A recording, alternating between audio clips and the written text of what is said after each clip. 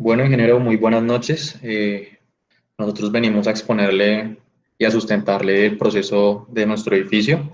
Bueno, sí, las características pues muy superficiales que vamos a comentarle es que nuestro edificio se encuentra en la ciudad de Bucaramanga, en el departamento de Santander, y pues sus características básicas es que es del perfil de suelo A y es de uso de edificación 1.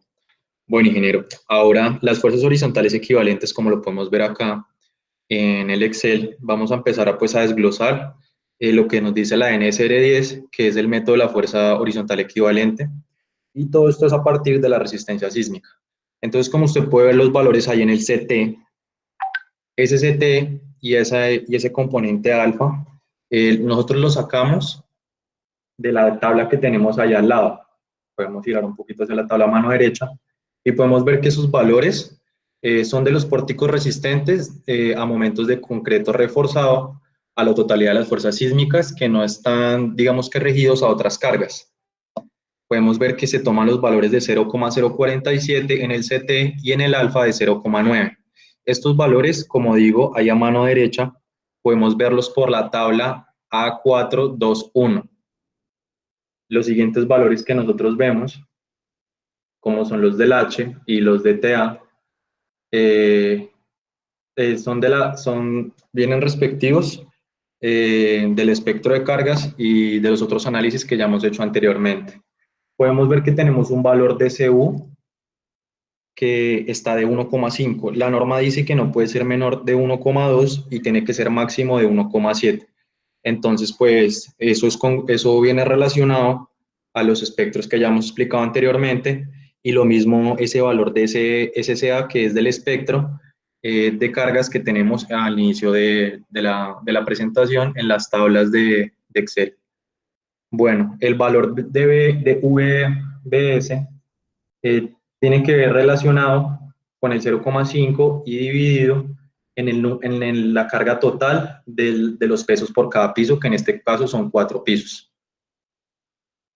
El resto de la tabla que vemos ahí viene siendo también formulada y también viene siendo explicada por la tabla que tenemos ahí según los pesos de cada piso y la totalidad de cada uno. Y para último, pues el FS que nosotros vemos ahí viene siendo el momento sobre el momento de resistencia de vuelco que tiene el edificio. David. Bueno, para la obtención de las fuerzas horizontales es necesario conocer las alturas, los pesos del edificio, que en nuestro caso es el edificio tipo 1. Del plano en AutoCAD se hallaron los valores de las alturas de los pisos y con el avalúo de cargas que se había hecho anteriormente en el segundo corte, pues se obtuvieron los pesos por pisos del edificio. Posterior a ese se procedió a evaluar la carga por piso, por la altura, por la altura a la K, que es una constante que depende del periodo aproximado. Posterior a eso se procedió a realizar el cálculo del CB, que es el cálculo del peso por la altura a la K sobre la sumatoria total de estos valores. Y todo esto, pues obviamente tiene que dar un valor de 1. Posteriormente, procedimos a hallar el valor de las fuerzas horizontales, que es el producto entre el CB y el BS, que es el cortante sísmico en la base. Entonces, así fue como hallamos las fuerzas horizontales de nuestro edificio. Posterior a eso, hallamos el cortante, el VJX, que para eso tocó hacer el procedimiento de las fuerzas por piso, de la sumatoria de las fuerzas por piso entre cada piso. Posterior a ese se halló el momento de torsión de cada piso. Para eso se utilizó la fórmula de la fuerza horizontal por piso por el valor de Y, que es el 5% de la longitud de Y. Posterior a eso, se procedió a realizar ahora el momento de volcamiento, que para eso es necesario una fórmula en el que tenemos que tener en cuenta el momento de volcamiento de cada piso, más el cortante por la altura 2 menos la altura 1. Y pues en la siguiente casilla tenemos otro método para calcular el momento de volcamiento, que es multiplicando la fuerza horizontal por piso por la altura. Y pues nos tendría que dar el mismo resultado como lo vemos ahí en las sumatorias.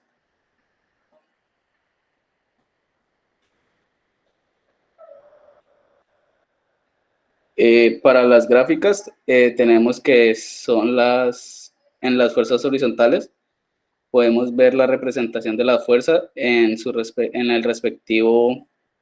la respectiva altura del edificio. Entonces sería por cada piso la representación de la fuerza horizontal. Lo mismo pasa con el momento de volcamiento o de vuelco, y lo mismo ocurre con la cortante de piso. Entonces, eso sería todo.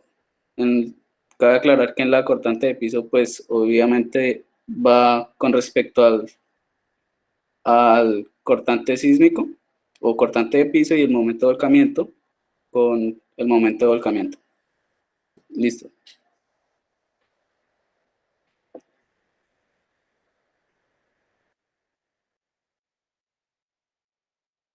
Sigue la...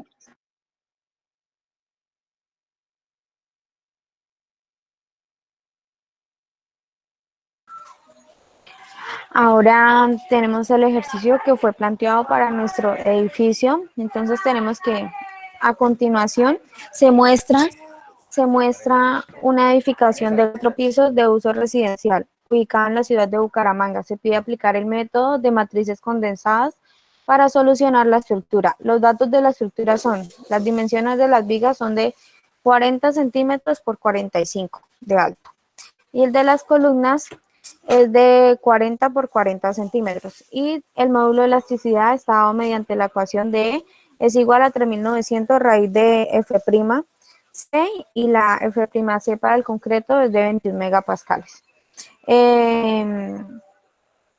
Verificamos acá el diseño de nuestro edificio por un corte transversal, teniendo en cuenta las cargas aplicadas en el mismo. Ahora, ¿qué vamos a hacer? En el segundo gráfico vamos a denotar los nodos que hay en nuestra estructura, en este pórtico, y con las flechas en X y en Y y los giros vamos a establecer los grados de libertad. Entonces, para este edificio tuvimos 36 grados de libertad. Y en nuestro tercero, debido a la unión entre nodos, vamos a establecer la cantidad de elementos que se verificaron, y el cual son igual a 20 elementos. Ahora, ya teniendo como base, ¿qué empezamos a hacer? Empezamos a trabajar con las K elementales. Estas K se hacen con una matriz de coeficientes simétricos y relacionan en sí las características que tiene cada tipo de elemento. Entonces, la matriz está debidamente formulada con las características del módulo elasticidad, el área, las inercias, longitudes, alfa, beta, coseno y seno, dependiendo cómo lo estamos observando desde nuestra vista transversal. Luego de hacer eso, como lo pueden ver, son las verticales, las horizontales.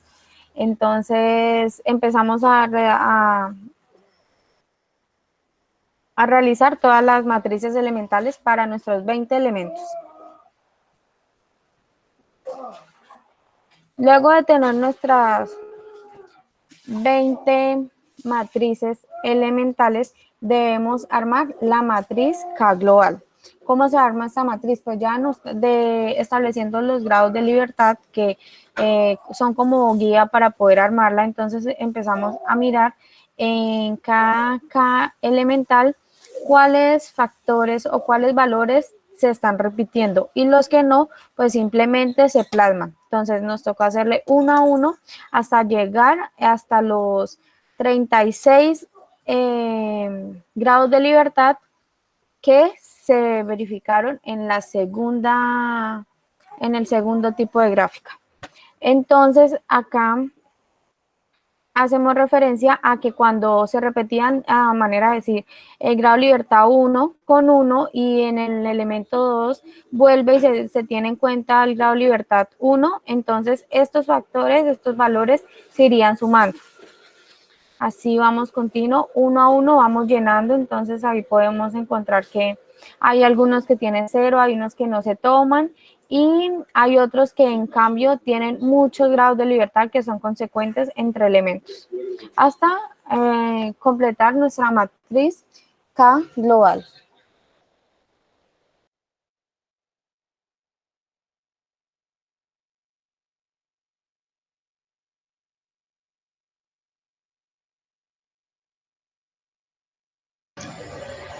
Bueno, seguidamente la K global.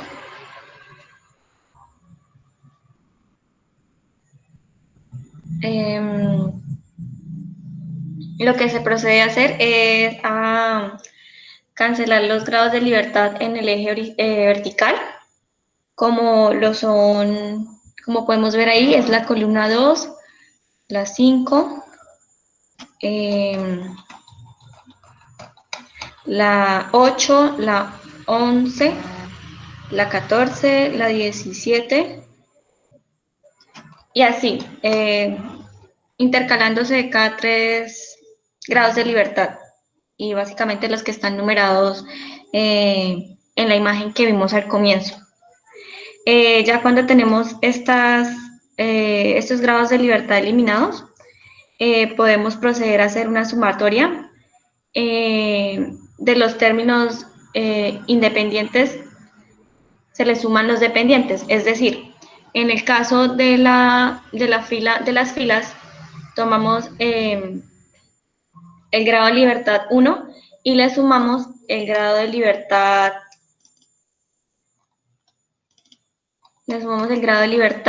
13 y el grado de libertad que sigue, que está al lado derecho, que es el 25. Y al grado de libertad 4 le podemos sumar el 16, el 28, al grado de libertad 7 le podemos sumar el 19, el 31, al grado de libertad 10, el 22 y el 34. Con el fin de que en estos grados de libertad a los que se le están sumando los términos dependientes, quede como el valor total de los movimientos que se generan en estos nodos. En el sentido horizontal, cabe resaltar. Ya con esto, entonces, se suman esas filas y se saca otra matriz donde se suman las columnas. De la misma manera, en estos se toman los mismos grados de libertad y se hacen las mismas operaciones. En la siguiente matriz, lo que hacemos es eliminar los grados de libertad dependientes para que únicamente queden los grados de libertad dependientes. Cabe resaltar también que en esta matriz no se tienen en cuenta los movimientos en los nodos, no se suman, perdón, ya que el pórtico no es simétrico. Entonces, bueno, ya con esto se proceden a sacar las fuerzas por cada uno de los nodos principales, que eso lo explica mi compañera Sara.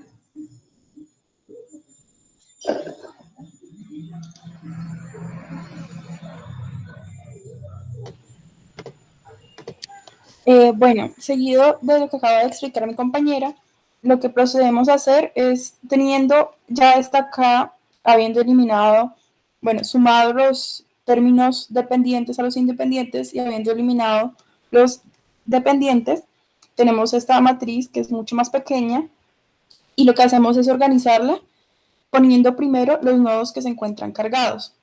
Como vimos al principio, los nodos que se encuentran cargados son los horizontales, o sea, son en el grado de libertad horizontal, y son los que se encuentran en este lado del edificio.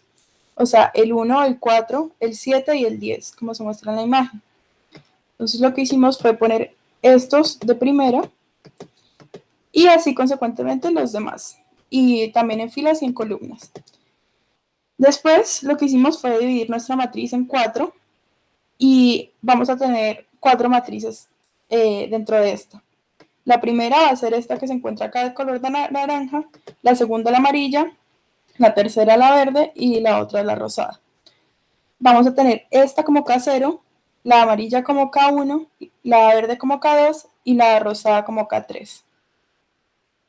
Bueno, acá lo que hicimos fue extraer cada una de estas matrices y organizarlas con sus respectivos grados de libertad para posteriormente lo que hicimos fue realizar las operaciones correspondientes, que fueron una multiplicación de matrices, en la cual primero sacamos la matriz inversa de nuestra K3 y la multiplicamos con nuestra K2. Después hicimos una multiplicación de este resultado con nuestra K1 y así obtuvimos esta matriz que tenemos acá. Después lo que hicimos fue hacer una resta de matrices en la cual le restábamos a nuestra K0 nuestra nueva matriz que habíamos hallado con el procedimiento que anteriormente dije. Y así hallamos nuestra matriz condensada, que es la que tenemos acá. Debido a que nuestro edificio tenía 6 pórticos iguales, es decir, nuestro edificio estaba compuesto de este pórtico 6 veces prácticamente. Entonces lo que nosotros hicimos fue multiplicar el valor que ya teníamos de un pórtico por 6, como se muestra acá, para obtener el del edificio en general. Esto se pudo hacer debido a que los pórticos eran iguales. Bueno, ahora lo que hicimos fue hallar nuestros desplazamientos. Para hallar nuestros desplazamientos, que son los que se encuentran acá, lo que hicimos fue una multiplicación de nuestra K inversa de esta, que hallamos acá multiplicada por 6, por nuestra matriz de fuerzas. Estas fuerzas son las mismas que se encontraban arriba, simplemente que acá las pasamos a toneladas, porque todos nuestros valores los tomamos en toneladas y en centímetros. Entonces, estos fueron los desplazamientos que hallamos. Y acá lo que tenemos es una gráfica que nos muestra de una manera más detallada cómo se comporta el edificio. Entonces, acá, en este lado, tenemos la altura versus la deformación. Y estos son los valores por cada piso. Es decir, el primer piso se encuentra a 270 centímetros, el segundo a 540 y así consecuentemente. Y estos serían los valores por cada piso. Muchas gracias.